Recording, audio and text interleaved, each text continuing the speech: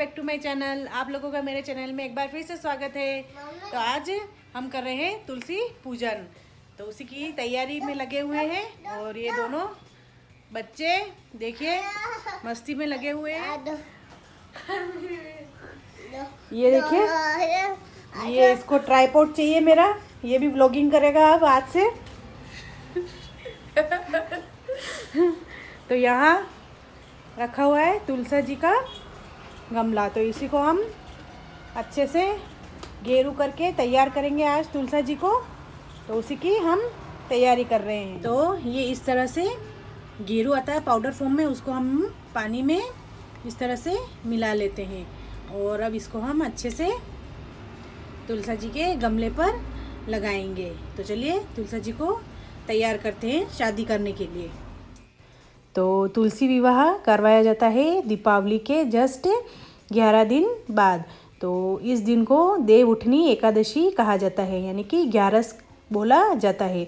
तो इस दिन विष्णु भगवान 4 महीने की निद्रा से जगते हैं, और इसी दिन से सारे हमारे जो हिंदुओं में होता है सारे शुभ काम शुरू हो जाते हैं। जैसे शादी ब्याह, जब सबसे बड़ा शुभ काम तो हमारे यहाँ शादी ब्याह का ही होता है, तो वो आज से शुरू हो जाते हैं। और सबसे पहला शुभ काम तो तुलसी विवाह से ही होता है। तो यहाँ विष्णु भगवान शालिग्राम के रूप में आकर तुलसी जी से विवाह करते हैं। और हमारे यहाँ राजस्थान में तो कहीं कहीं पर लोग तुलसी विवाह भी करवाते हैं और तुलसी जी का कन्यादान करते हैं। जिस तरह से हम अपनी बेटियों का कन्यादान करते हैं, उसी तरह तुलसी जी का भी कन्यादान करते हैं। और उनको सारी घर गृहस्थी की जितनी भी सारी चीज़ें होती हैं वो इनको दी जाती है। तुलसी जी के जिनके यहाँ शालिग्राम होते हैं, वो मंदिर में जो शालिग्राम होते हैं उनसे विवाह करवाया जाता है।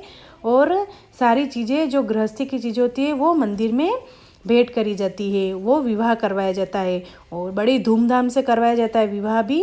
बैंड बाजे मंगवाए जाते हैं, कपड़े लत्ते सारे चीज़ें जो एक लड़की को दी जाती है वो सारी चीज़ें तुलसी विवाह में लाया जाता है। तो चलिए हम भी ये जो घर पे करते हैं हम बहुत ही छोटी मात्रा में ये पूजा करते हैं हम। तो चलिए हम अब तुलसी जी का विवाह करवाते हैं। पहले तो तुलसी जी को तैयार कर लेते हैं, फिर हम इनका विवाह करवाएंगे। और यहाँ वेदांश भी तैयार हो चुका है कुर्ता पहन के तुलसी जी का विवाह करवाने के लिए।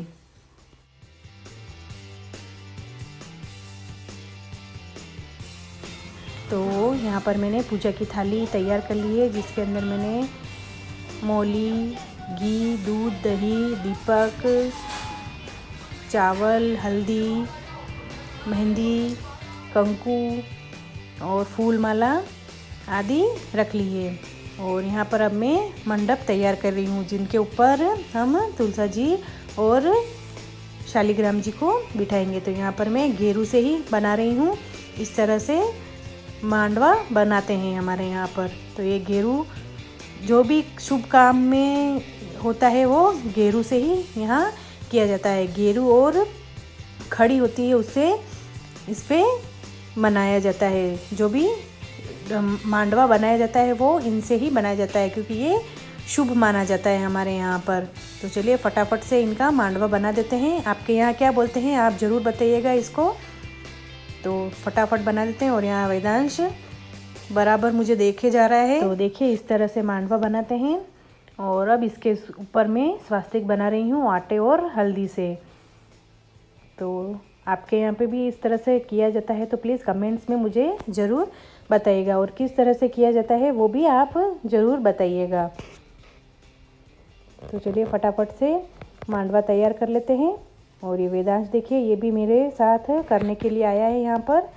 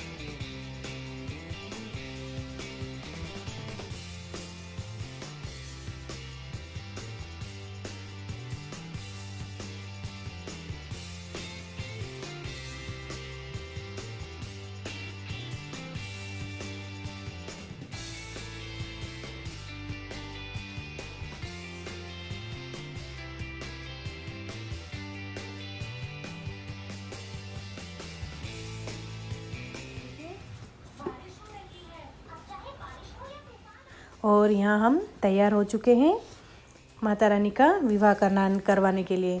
तो यहाँ पर तुलसा जी को पाटे पे बिठा दिया है मैंने, और एक तरफ मैंने सिंहासन रखा है, तो उसके ऊपर मैं विष्णु भगवान को रखूँगी। तो यहाँ पर मेरे पास शालिग्राम तो नहीं है, वो मेरे सासू माँ जी के पास है शालिग्राम, और एक ही घर है तो उसके अंदर हम अलग अलग शालिग्राम नहीं लेके आते हैं। तो यहाँ पर मेरे पास छोटे से लड्डू गोपाल जी थे, उनको ही बिठा रही हूँ।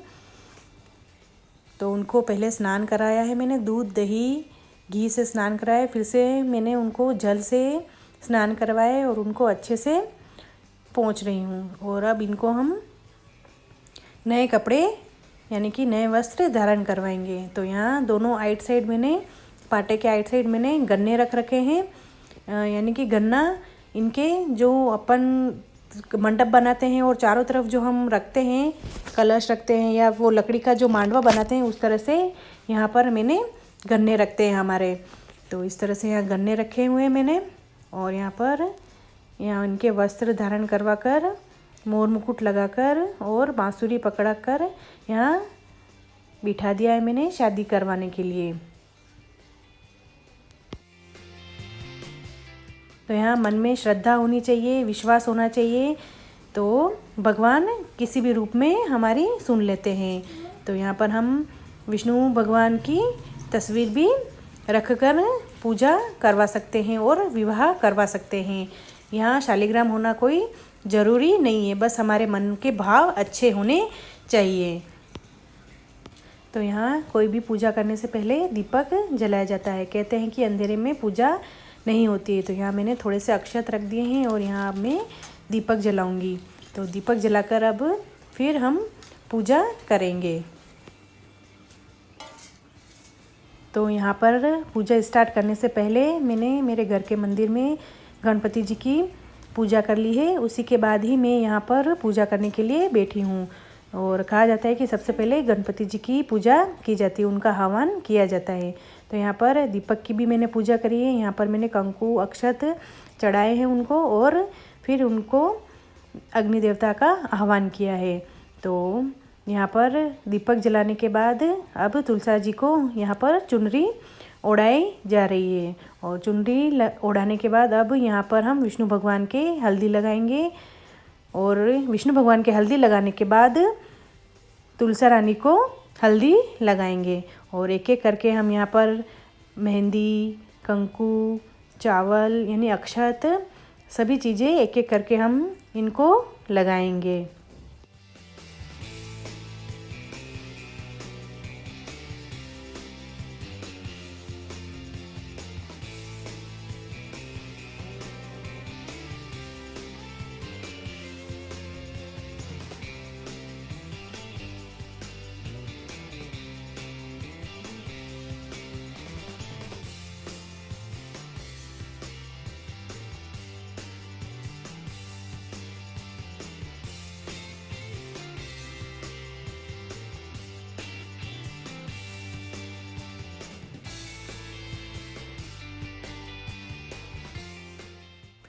तो यहाँ पर अब हम गढ़ झोला बांधेंगे। तो यहाँ गढ़ झोले के रूप में यहाँ लच्छा लिया है, यहाँ घरों में लच्छा ही लिया जाता है। तो एक सिरा लच्छे का तुलसा जी के बांधेंगे और दूसरा सिरा हम विष्णु भगवान के बांधेंगे। तो यह गढ़ झोला कहलाया जाता है। तो यहाँ गढ़ झोले का मतलब होता है कि गठबंधन।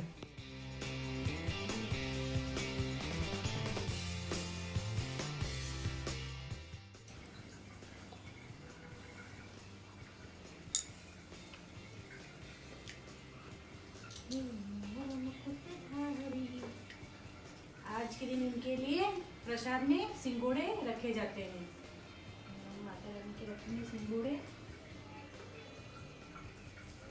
आज रखेंगे।